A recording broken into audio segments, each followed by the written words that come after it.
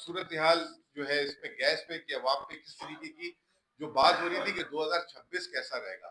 2026 کی ابتدا پہلی بات تو یہ کہ غربت، اور اس سے پہلے جو سب سے اہم چیز یہ ہے کہ آئی ایم ایف کہہ رہا ہے کہ اگلے سال کی شرح نمو جو حکومت نے 4% رکھی تھی، آئی ایم ایف نے پہلے کہا تھا وہ 3.6% ہوگی، اب اس کو مزید کم کر کے کہہ دیا کہ 3.2% ہوگی.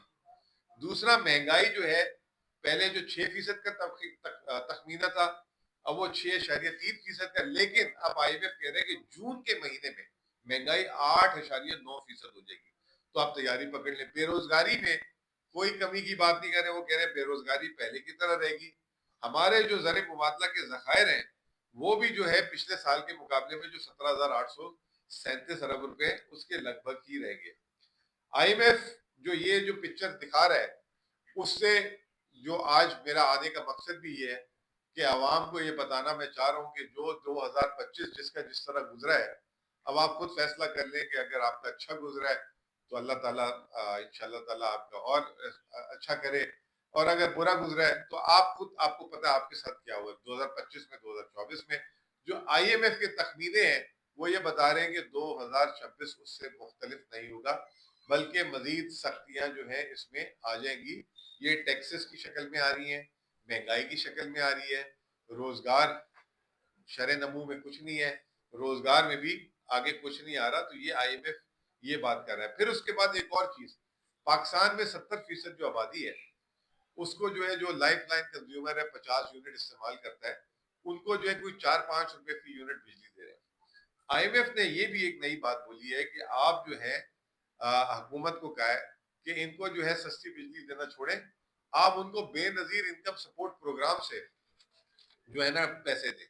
اور بے نظیر انکم سپورٹ پروگرام سے دیں تو یعنی کہ جو عام لوگوں کو اس وقت جو ویسے تو 50 روپے کا یونٹ سب خرید رہے ہیں، اگر 200 یونٹ سے اوپر چلے جائیں 300 یونٹ پہ چلے جائیں، لیکن اب وہ عام لوگوں کو بھی بجلی مہنگی بھی ایک جو ہے آنے والے دنوں میں ہونے جا رہی ہے، اور اس کا جو ہے ٹھیک ٹھاک قسم کا عام لوگوں کے اوپر وہ ہوگا. لیکن امپورٹنٹ چیز کیا ہے کہ پاکستان میں بے نظیر انکم سپورٹ پروگرام، پنجاب میں 51 لاکھ لوگ بے نظیر انکم سپورٹ پروگرام سے فائدہ اٹھاتے ہیں.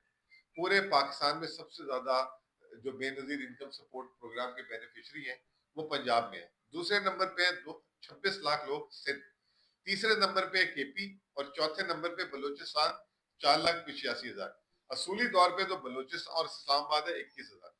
اصولی طور پہ تو بلوچستان میں بہت کم ہے، وہاں پہ جانا چاہیے تھا. آیا یہ سندھ اور پنجاب جو کہتے ہیں کہ وہاں بڑی معاشی خوشحالی ہے. 51 لاکھ جو ہے پنجاب، 26 لاکھ سندھ، 22 لاکھ کے پی.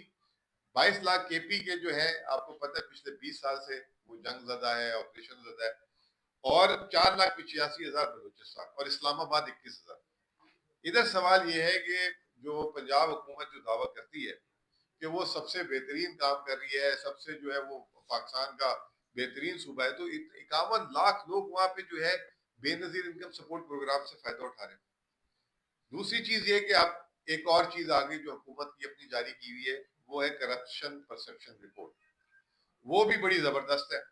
اس میں کرپشن پرسپشن رپورٹ میں جو سب سے زیادہ پولیس رشوت لیتی ہے جو لوگوں نے بتایا ہے وہ پنجاب ہے. 34% لوگوں نے کہا ہے کہ پنجاب پولیس رشوت ہم سے تقاضا کرتی ہے.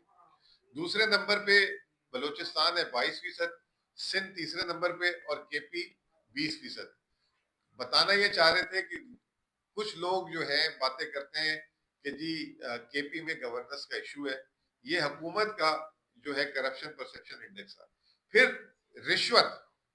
رشوت کا بھی ایک انہوں نے سروے کیا، اور انہوں نے کہا کہ جو سرکاری افسران ہیں جو رشوت کا تقاضا کرتے ہیں، تو سندھ میں 46% لوگوں نے کہا کہ سندھ میں جو ہے وہاں کے افسران رشوت کا تقاضا کرتے ہیں. دوسرے نمبر پہ 39% پہ پنجاب، تیسرے نمبر پہ 31% پہ بلوچستان، اور کے پی سب سے نیچے 20%. جب میں یہ اپنے وزیر اعلیٰ کو اس دن بتا رہا تھا تو وہ یہ کہہ رہا تھا کہ یہ 20% بھی کیسے ہے ہمارا. تو میں نے کہا یہ کرپشن پرسپشن ہے، یعنی کہ 20% لوگ رشوت نہیں لیتے. 20% لوگوں نے بتایا ہے جن سے ملاقات ہوئی ہے، تو انہوں نے کہا کہ 20% نے کہا کہ جی ہم سے رشوت مانگی جاتی ہے. تو وہ اس پہ بھی آگ